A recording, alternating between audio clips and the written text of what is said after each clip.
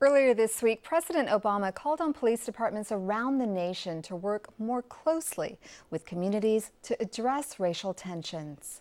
We have seen too many instances of what appears to be police officers interacting with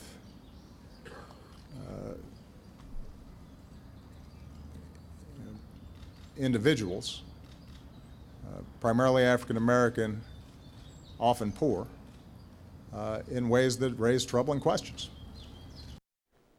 USD sociology professor Tom Reifer joins me to discuss some of the deeper issues potentially underlying what we're witnessing across the country. First, Professor Reifer, what's your reaction to the announcement today that 6 Baltimore police officers will be charged in the death of Freddie Gray? Well, I was surprised, and I think it's a hopeful, possible first step to address the long history of police brutality in Baltimore and other low-income communities of color. Initially, after Freddie Gray's death, the demonstrations in Baltimore were mostly peaceful, and then suddenly violence erupted. What's your perspective on what we saw there this week?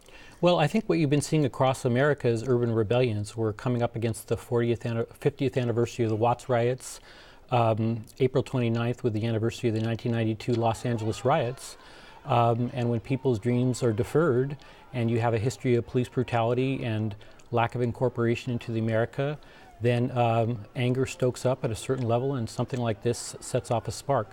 So I think that we've seen it happen before, and we're probably going to see it happen again unless the issues are addressed. Is this about police brutality? I ask because, look, there's the case of Freddie Gray, whose neck is nearly severed while in police custody. There's the case of Walter Scott, shot in the back while running away from police. There's the case of Eric Courtney Harris, shot in the back by a handgun from an officer who mistook the weapon for a taser. Many would say this is police brutality, but you talk about dreams deferred. Which is it, or is it both? It's both. Langston Hughes in 1951 said, "What happens to a dream deferred?" And the last line is, "Or does it explode?"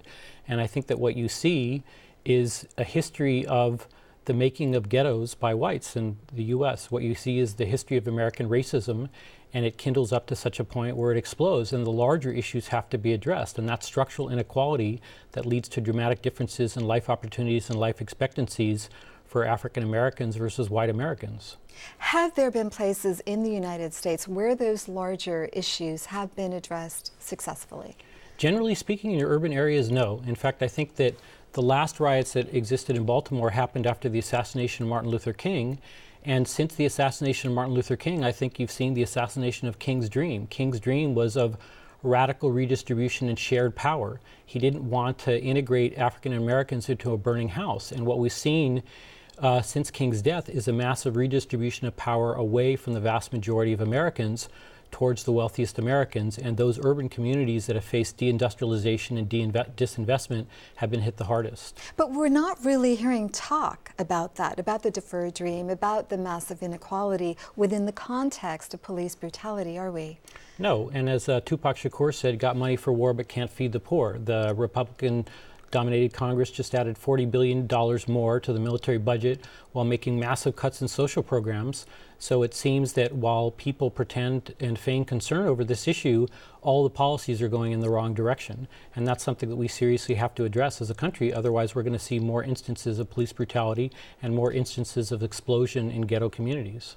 There have been concerns about police or racial profiling here in San Diego. Could a Baltimore-type situation happen here? Yes, it's different in San Diego because actually a lot of parts of Southern California, specifically Orange County and San Diego, have largely excluded black communities, actually, versus the conditions of the ghetto that you see in places like Los Angeles. But there's been a number of studies looking at, for example, narcotic search warrants in San Diego, and it shows very clearly that the vast majority of narcotic search warrants are served against blacks and Latinos, even though the majority times they don't actually find narcotics. They do when they search the homes of whites. So we have serious problems of racial bias and racial profiling here in San Diego.